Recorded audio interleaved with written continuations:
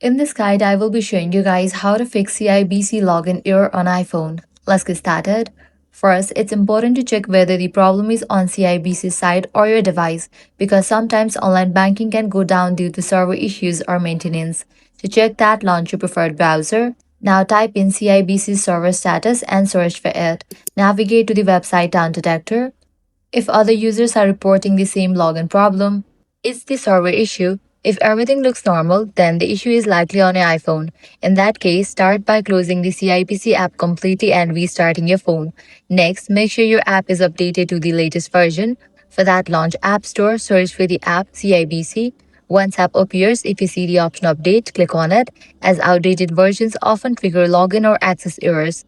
If still does not work, try clearing app cache by reinstalling the app. This fixes corrupted login data in most cases. Also, double check your internet connection, and if you're using Wi Fi, try switching to mobile data.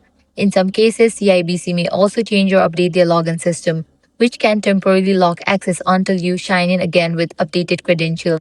With these steps, your problem will be resolved. If this guide was helpful, do not forget to like, share, and subscribe.